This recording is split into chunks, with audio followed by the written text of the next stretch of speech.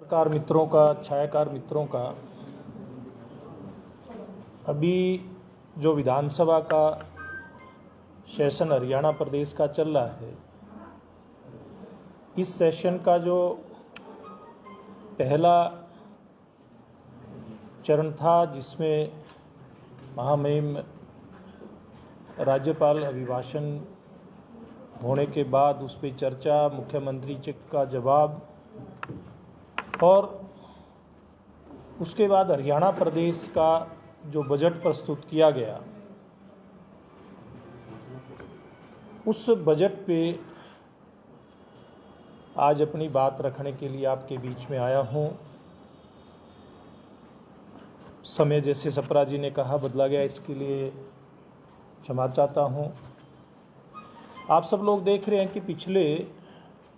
लगभग 8 सालों से जो भारतीय जनता पार्टी की सरकार हरियाणा प्रदेश के अंदर चल रही है, इस सरकार ने पूर्व में 5 साल और बाद का एक गठबंधन का कार्यकाल हरियाणा प्रदेश को समग्रता के साथ सब क्षेत्रों में आगे लेकर के जाने का, यानी कि एक समग्र विकास हरियाणा प्रदेश का हो, इसका जो प्रयास शुरू किया था,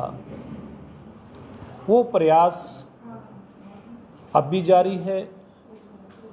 और उसके परिणाम हरियाणा प्रदेश में दिखने लगे।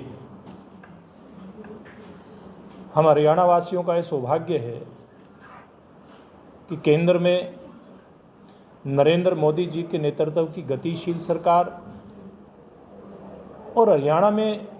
मुख्यमंत्री मनोहर लाल जी के नेतृत्व की लगातार काम करके रिजल्ट देने वाली सरकार के कारण से आज हरियाणा प्रदेश काफ़ी मायनों में हमें आगे बढ़ता हुआ और बढ़ा हुआ दिखाई भी दे रहा है। अगर मैं मोटे तौर पे बात करूं, जब हरियाणा प्रदेश में हमारी सरकार 2014 में आई थी और 2015 में पहला बजट हरियाणा सरकार ने प्रस्तुत किया था, उससे लेकर के अब तक की निरंतर बढ़ोतरी की अगर बात करूं तो 37,000 यानी कि 37,500 करोड़ का बजट उससे पूर्व की सरकार ने हरियाणा प्रदेश के लिए प्रस्तुत किया था। और वर्तमान का जो बजट है वो 1,83,000 करोड़ का बजट मुख्यमंत्री हरियाणा ने वित्त मंत्री के नाते हरियाणा प्रदेश की विधानसभा में हरियाणा प्रदेश के समक्ष प्रस्तुत किया है। यानी कि अगर हम प्रतिशत में वृद्धि के हिसाब से बात करें तो हर साल 15% से ज़्यादा की बढ़ोतरी आपको इस बजट में दिखाई देती है। और उसमें भी अगर कैपिटल एक्सपेंडिचर की हम बात करें, 2014 में 4700 करोड़ रुपए का कैपिटल एक्सपेंडिचर था, जो वर्तमान में बढ़ करके 57,000 करोड़, यानी कि 4700 करोड़ से 57,000 करोड़ रुपए जो कैपिटल एक्सपेंडिचर है, उसमें आपको वृद्धि दिखाई देती है। हरियाणा प्रदेश कृषि आधारित प्रदेश है। इस प्रदेश में हमारी जनसंख्या का बड़ा हिस्सा कृषि पर आधारित है, या सीधे सीधे खेती करता है या मजदूरी करता है, खेती और मजदूर है। अगर खेती के बजट की बात करें तो उसमें ये सरकार आने के बाद 40% की वृद्धि हुई है। इस सरकार के आने से पहले अगर पिछले 10-12 सालों के बेरोजगार नौजवानों को सरकारी रोजगार की बात करें तो आंकड़ा 50-52 हज़ार तक में सिमट जाता है। लेकिन इस सरकार की बात करें तो 1 लाख से ज़्यादा सरकारी रोजगार अभी तक सरकार दे चुकी है। और अप्रत्यक्ष की बात करें तो 12 लाख से ज़्यादा बेरोजगार नौजवानों को प्राइवेट रोजगार की बात करें, स्वरोजगार की बात करें, इसमें लाभ मिला है। और भविष्य में भी इस अगले 1 साल के अंदर हरियाणा प्रदेश में ये सरकार ने तय किया है कि लगभग 65,000 के आसपास बेरोजगार नौजवानों को सरकारी रोजगार दिया जाएगा। इस बात की योजना सरकार बना करके चल रही है। बहुत सारी जो आधारभूत ढांचे रहते हैं सरकार के प्रदेश को आगे लेकर के जाने के लिए और साथ में जनता की सुविधा के लिए, अगर हम इसकी बात करें तो सबसे पहले स्वास्थ्य सेवाओं की बात करें तो 2014 से पहले हरियाणा प्रदेश के अंदर 56 नागरिक अस्पताल थे, और अगर आज की बात करें तो वृद्धि इसमें होकर के आज 31 की संख्या बनती है। प्रदेश में लिंग अनुपात की बात करें, क्योंकि हरियाणा प्रदेश इस मामले में बड़ा पिछड़ा हुआ था, देश में अग्रणी था, 871 का आंकड़ा था ये सरकार आने से पूर्व में, और वर्तमान की बात करें तो 913 ये बढ़ करके आंकड़ा हुआ है, जो देश में सर्वाधिक इस प्रकार के जो अनुपात वाले हैं, लिंग अनुपात, उन प्रदेशों में हरियाणा प्रदेश की गिनती होती है। चिकित्सा शिक्षा की, जैसे मैंने चिकित्सा की बात करी, तो चिकित्सा शिक्षा की अगर बात करें, हमारी सरकार आने से पहले जो MBBS की सीटें हैं, जिसके बारे में बड़ी चर्चा होती है, डॉक्टरों की नियुक्तियां कई बार दिखता है कि बहुत सारे PSC CSC हॉस्पिटल में कमी भी दिखाई देती है, उसको पूरा करने के लिए जो पूर्व की सरकारों में गंभीर प्रयास नहीं हुए थे, उन प्रयासों का परिणाम है कि 750 सीटें उस समय थी MBBS के छात्रों की, और वर्तमान में बढ़ करके इनकी संख्या 1735, यानी कि लगभग 1000 के आसपास की वृद्धि इन 8 सालों के अंदर MBBS के छात्रों की जो सीट है उसके अंदर हुई है। इसी प्रकार से अगर शिक्षा की बात करें तो सांस्कृतिक मॉडल स्कूल हैं, 13 इनकी संख्या थी। अब जो बढ़ करके अगर हम बात करें तो इसमें 138 की इसमें संख्या है, यानी कि जो अगर बात करें तो ये 10 गुना उस समय के अनुपात से वर्तमान में है। इसी प्रकार से अगर हम शिक्षा क्षेत्र की ही बात करें तो बहुत सारे मामलों में हम लोग आगे बढ़े हैं। आधारभूत ढांचे की जैसे मैं बात कह रहा था, 24 घंटे बिजली हमारे सरकार आने से पहले 538 गाँवों में थी, आज 5681 गाँव में आज 24 घंटे बिजली मिल रही है। कहीं अगर कोई उसमें कटौती भी होती है, बहुत सारे गांव में हुई है, ये बात आपके सामने कहने में मुझे कोई दिक्कत नहीं है, वो इसके कारण से है कि वहाँ लाइन लॉसेज जहाँ बढ़ते हैं वहाँ इसके अंदर कई बार हम लोगों को कटौती भी इसमें दिखाई देती है। ये सरकार आने से पहले महिला पुलिस थाने प्रदेश के अंदर 2 संख्या थी, आज बढ़ करके 33 हुई है। शहीद परिवारों में जहाँ तक नौकरी की बात करें, यह सरकार आने से पहले 6 परिवारों में नौकरी दी गई थी, और अब ये आंकड़ा 360 का जाकर के इसमें पहुँचता है। कितनी गुणात्मक वृद्धि इसमें हुई है। भूतपूर्व सैनिकों की आर्थिक सहायता की जहाँ तक बात है, ये सरकार आने से पहले 3000 रुपये मासिक उनको ये सहायता मिलती थी, और वर्तमान में हमारी सरकार ने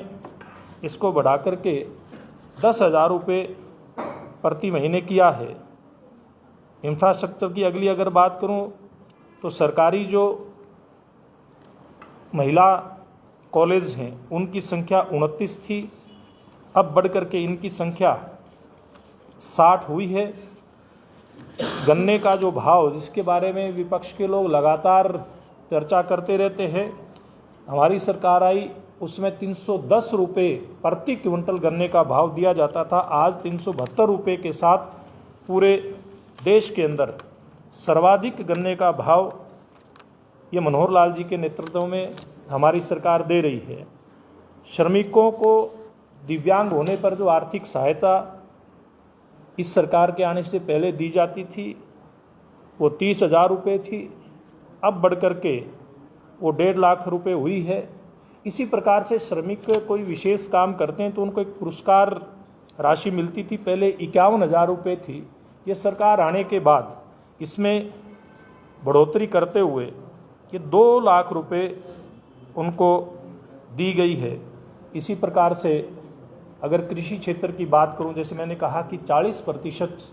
के आसपास कृषि क्षेत्र का बजट बढ़ाया है, तो किसानों की जहां फसलें खराब होती हैं उसमें अगर मुआवजे की हम चर्चा करें, ये सरकार आने से पहले केवल 1158 करोड़ रुपए का मुआवजा किसानों को दिया गया था प्राकृतिक आपदा के कारण से उनकी फसल खराब होने पर। लेकिन हमारी सरकार ने इन 8 सालों के अंदर 9,414 करोड़ रुपए इसमें किसानों को देने का काम किया, जो बहुत बड़ी अमाउंट इसमें होती है। अगर कोई इसकी ओवरऑल अगर हम चर्चा करें इस बजट की, तो आप लोग देखेंगे कि इस बजट के अंदर कोई नया टैक्स सरकार ने नहीं लगाया। नया टैक्स नहीं लगाने के बावजूद भी बजट के अंदर 11.6% की वृद्धि पिछले साल की अपेक्षा जो हुई है, वो वास्तव में एक बड़ी बात हरियाणा प्रदेश के लिए है। और ये क्योंकि देश ने आज़ादी के अमृत महोत्सव मनाते हुए अमृत काल में प्रवेश किया है, ये अमृत काल का पहला बजट है, इसलिए इस बजट के ऊपर निगाहें भी आम आदमी की लगी हुई हैं। इसलिए इस बजट में विशेष रूप से बहुत सारी, जैसे मैंने कहा कि सुविधाएं आम आदमी को दी गई है। और उसमें खास करके अगर वृद्धों की बात करें, हमारी जब सरकार आई थी 1,000 रुपये प्रति माह वृद्धावस्था पेंशन बुजुर्गों को दी जाती थी। हमने वायदा किया था पहले कार्यकाल में उसको 2 गुना करने का, वो 2 गुना कर दी थी और आज वो लगभग 3 गुना के आसपास आप लोगों को होती हुई दिखाई दे रही है। 2,750 रुपये प्रति मास बुजुर्गों को ये पेंशन हमारी सरकार ने देनी शुरू करी है। इसी प्रकार से अगर हम मोटे तौर पे बजट की बात करें तो 2014 से लेकर के 22-23 के मध्य हरियाणा की जो जीडीपी की वृद्धि दर है वो 5.62 रही है, जो कि राष्ट्रीय जो वृद्धि दर है जीडीपी में वो 4.58 है, यानी कि उससे कहीं अधिक आज भी ये दिखाई दे रही है। और ये हम सब हरियाणा वासियों के लिए भी और भारतवासियों के लिए भी एक बड़े गर्व की बात है कि वैश्विक महामारी कोरोना के बावजूद भी भारत की जो अर्थव्यवस्था है, ना केवल हमारे केंद्रीय नेतृत्व ने उसको संभाल करके रखा, बल्कि हमारी जो जीडीपी है वो भी पूरी दुनिया के मुकाबले एक उच्च स्तर पे हम लोगों को दिखाई देती है। इसी प्रकार से जो किसी भी प्रदेश के सरकार का जो बजट होता है उसमें जो फिस्कल डेफिसिट होता है वो एक बहुत मायने रखता है। वो हमारी सरकार के समय में लगातार कम हो रहा है। जो सरकार का जो काम करने का तरीका है, यानी कि फिजूल खर्ची को कम करके और जो लीकेज होती हैं व्यवस्थाओं में उसको कम करके और एक संतुलन बना करके जब इस विषय पे काम किया जाता है, डेवलपमेंट के विषय पे काम किया जाता है, आर्थिक विषयों पे काम किया जाता है, तो निश्चित रूप से इस प्रकार के रिजल्ट आते हैं। जैसे कि इस बार भी अगर गौर करें तो पिछले सालों से लगातार जो राजकोषीय घाटा है वो लगातार कम हो रहा है। ये बड़ी एक उपलब्धि मैं समझता हूँ हमारी सरकार की है, जो ये दर्शाता है कि कि हमारी सरकार पूरे हरियाणा प्रदेश को एक परिवार मान करके, जैसे एक परिवार का मुखिया अपने परिवार की चार दीवारी में कैसे संयमित रूप से पैसे का खर्च किया जाए, कैसे ठीक प्रकार से पैसा खर्च किया जाए, उसी प्रकार से हरियाणा प्रदेश के मुख्यमंत्री हरियाणा प्रदेश को अपना परिवार मान करके इस काम में लगे हुए हैं। और भविष्य की बात करें तो अगले साल के लिए जो जीडीपी की विकास दर है वो, क्योंकि कोरोना की बाधाओं को हम पार करके देश भी आगे बढ़ चुका है, प्रदेश भी आगे बढ़ चुका है, ये अनुमान है कि 7% ये दर रहने वाली है। और हम अगर इससे आगे की बात करें तो ये सरकार आने से पहले हरियाणा प्रदेश में जो प्रति व्यक्ति आय 1,47,000 के करीब थी, उपरोक्त सारी बातें जो मैंने कही उनके परिणाम स्वरूप ये बढ़ करके 3 लाख के करीब हो जाएगी, इस प्रकार का ये अनुमान है। और आधारभूत ढांचे की बात करें, बहुत सारी बात मैंने आपको आंकड़ों के माध्यम से भी बताने का काम किया है। अभी अगर अगले इस साल में जो कुछ लक्ष्य मोटे मोटे रखे गए हैं उनकी अगर बात करें तो खास करके जो प्राकृतिक खेती है उसमें 20,000 एकड़ पर ये खेती की जाए, इस प्रकार का टारगेट सरकार लेकर के चली है। इसी प्रकार से पशुओं के मामले में नए पॉलीक्लिनिक बनाने का भी टारगेट सरकार ने लिया है, इस बजट में उसका प्रावधान किया गया है। पलवल, अम्बाड़ा, महेंद्रगढ़, फतेहाबाद में इनकी व्यवस्था की जाएगी। इसी प्रकार से हमारा हरियाणा प्रदेश गौ सेवा में बड़ा अग्रणी है देश के अंदर। इसका बजट जो 40 करोड़ रुपए था, इसको बढ़ा करके यानी कि 10 गुना इसको बढ़ाया है, 400 करोड़ रुपए इस बजट को किया है। इसी प्रकार से जो परिवार पहचान पत्र बना करके सरकार ने एक बहुत बड़ी उपलब्धि हरियाणा प्रदेश में हासिल की है, देश में हासिल की है। उसमें बहुत सारी सुविधाएं गरीब परिवारों को देने की जो घोषणा हुई है उसमें एक प्रमुख है कि लगभग 1 लाख जो परिवार हैं उनको नए घर बना करके देने की व्यवस्था इस बजट में विचार किया गया है। इसी प्रकार से गांव के अंदर 1,000 नए पार्क, व्यायामशालाएं बनाई जाएं, इस बात का एक टारगेट सरकार लेकर के चली है। इसी प्रकार से 1500 नए हरहित स्टोर, ये कोऑपरेटिव डिपार्टमेंट इसको देख रहा है। इसमें जो हरहित स्टोर जहाँ भी खोले जाते हैं, खास करके ग्रामीण क्षेत्र में इसकी शुरुआत की गई और उसका अच्छा परिणाम निकल करके आया है। आज मैं एक फतेहाबाद जिले के एक धांगड़ गांव में बीएमसी का उद्घाटन करने गया था। उसी गांव में लगभग 1 साल पहले एक हरित स्टोर का उद्घाटन मैं करके आया था। उसके परिणाम जब गांव के लोगों से और वहाँ जो उसके चलाने वाले उसके संचालक हैं उनसे पूछा और जो उपभोक्ता है उनसे पूछा, तो दोनों की दृष्टि से हरित स्टोर के बड़े ज़बरदस्त परिणाम निकल करके आए हैं। तो नए साल में, नए बजट में 1500 नए हरहित स्टोर खोलने का जो एक टारगेट इसमें रखा गया है। इसी प्रकार से विद्यार्थियों के लिए पंचकुला और अम्बाड़ा में 200 बेड के नए छात्रावास खोलने का एक टारगेट रखा गया है। इसी प्रकार से शिक्षा को निचले स्तर से ही अच्छा करने के लिए, उसमें सुधार करने के लिए वैसे तो बहुत सारे कदम इसमें पूर्व में उठाए गए हैं जिनकी चर्चा मैंने की है, लेकिन 4000 नए प्लेवे स्कूल पूरे हरियाणा में खोले जाएंगे, इस बात की व्यवस्था इस बजट के अंदर की है। इसी प्रकार से कैप्टन साहब यहाँ हमारे साथ बैठे हैं, इनसे जुड़े परिवारों के लिए भी, उनकी सुविधाओं के लिए भी 7 जिलों के अंदर एकीकृत सैनिक सदन बनाए जाएंगे, इस बात की व्यवस्था बजट के अंदर की है। इसी प्रकार से हरियाणा प्रदेश के लिए नई विधानसभा का भवन अपना हो चंडीगढ़ के अंदर ही, उसके लिए भी 50 करोड़ का प्रावधान बजट के अंदर रखा गया है। और पंडित लक्ष्मीचंद कलाकार सम्मान योजना के तहत कलाकारों को 10,000 रुपये पेंशन दी जाएगी, एक अलग से इस बात की व्यवस्था, क्योंकि बहुत तरह की पेंशन हरियाणा प्रदेश में दी जा रही है, इसकी व्यवस्था की गई है। और अगर हिसार की बात करें तो हिसार के अंदर जाम की स्थिति को ख़त्म करने के लिए एलिवेटेड रोड जो यहाँ से लेकर के आगे पूरे हिसार शहर को क्रॉस करेगा, उसके लिए 723 करोड़ रुपए का प्रावधान इस बजट के अंदर रखा गया है। तो ये मैंने मोटी मोटी चीज़ें, वैसे तो बहुत सारी बातें हैं जिनके ऊपर हम चर्चा करें तो बजट में हरियाणा प्रदेश के लिए दी गई हैं, लेकिन पूर्व की तुलना में वर्तमान क्या है और भविष्य के बजट में हरियाणा प्रदेश के प्रमुख किस प्रकार के काम हो सकते हैं, इसकी चर्चा मैंने की है।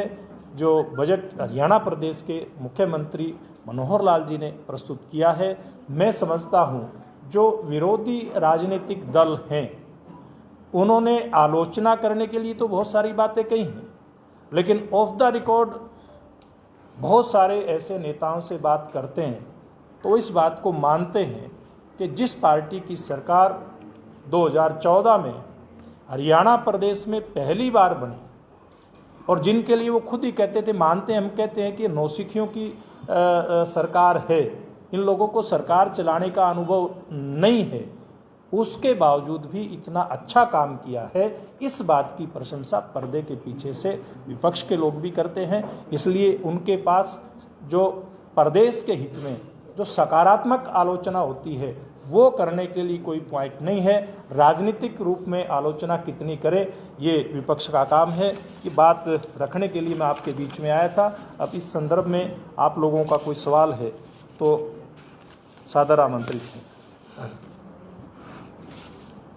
हिसार में एयरपोर्ट का बड़ा प्रोजेक्ट है, कोई इंडस्ट्री ऐसी जगह प्रोविजन है क्या? देखिए, बजट में इस प्रकार का प्रोविजन नहीं है। निश्चित रूप से जब इस प्रकार के बड़े प्रोजेक्ट एयरपोर्ट जैसे आते हैं तो भविष्य के लिए इसके रास्ते खुलते हैं। अगर अनऑफिशियली बात करें तो पिछले दिनों यहाँ डॉक्टर कमल गुप्ता जी से बहुत सारे हेल्थ सेक्टर के लोग मिलने के लिए आए थे, तो उनमें इस बात के प्रति बड़ी उत्सुकता है कि हिसार क्षेत्र में हमारे अपने प्रदेश के लिए भी और दो पड़ोसी प्रदेश बहुत नज़दीक हैं, राजस्थान भी पंजाब भी, उसके लिए बेहतर चिकित्सा सुविधाएं हो सकती हैं। इस बात की संभावनाएं प्रत्यक्ष रूप से दिखाई भी दे रही हैं। अरविंद बराला जी, पिछले 40-50 साल से हिसार का जो सिविल हॉस्पिटल है वो बिल्कुल मतलब उसकी हालत ऐसी है। कई बार डॉक्टर कमल गुप्ता ने भी कहा कि इसकी जगह चुनी जा रही है, लेकिन अभी तक अभी 8 साल तो आपकी सरकार ही रही है, तो उस पर बजट में या कोई भी चर्चा इस तरह की नहीं है? जैसे अभी गुड़गांव को भी 700 बेड का हॉस्पिटल आप लोगों ने बजट में दिया है, तो आपको लगता नहीं कि एयरपोर्ट और एलिवेटेड रोड से जरूरी, क्योंकि कोरोना में तो सबसे ज़्यादा ज़रूरत हॉस्पिटल की? जी देखिए, निश्चित रूप से जो आप जो कह रहे हैं पर्टिकुलर इस बात की चर्चा नहीं है, लेकिन तो भी हम बात करें तो स्वास्थ्य चिकित्सा और परिवार कल्याण के लिए जो 9647 करोड़ रुपए का बजट प्रदेश की सरकार के द्वारा रखा गया है, ये बजट इसी प्रकार से है कि जिसमें पर्टिकुलर किसी काम के लिए बजट नहीं होता, तो इसमें से जो बजट एक विशेष क्षेत्र के लिए अलॉट किया है, इसमें से पैसा आ सकता है। बराला जी, आपने किसानों के बारे में बहुत कुछ कहा कि किसानों के लिए बजट रखा गया, ग्राम खेत खलिहान मार्गों का निर्माण जो करवाने का भी काफ़ी पैसा लगाया है, लेकिन कई गांवों में RUP बने हुए हैं, उनकी कई दिन पानी के भरे रहते हैं, उसके लिए भी क्या प्रावधान? देखिए, निश्चित रूप से बड़ा सही सवाल उठाया आपने। जो RUP बने हैं ग्रामीण क्षेत्र में, उसमें कई बार पानी खड़ा दिखाई देता है। पिछले 3 या 4 महीने पुरानी बात है, जो केंद्रीय बजट है, जैसे हरियाणा प्रदेश में मुख्यमंत्री जी ने बजट से पहले अलग अलग अपने उनसे चुने हुए प्रतिनिधियों से बैठक की थी, इसी प्रकार से केंद्रीय बजट से पहले हमारे सब सांसदों ने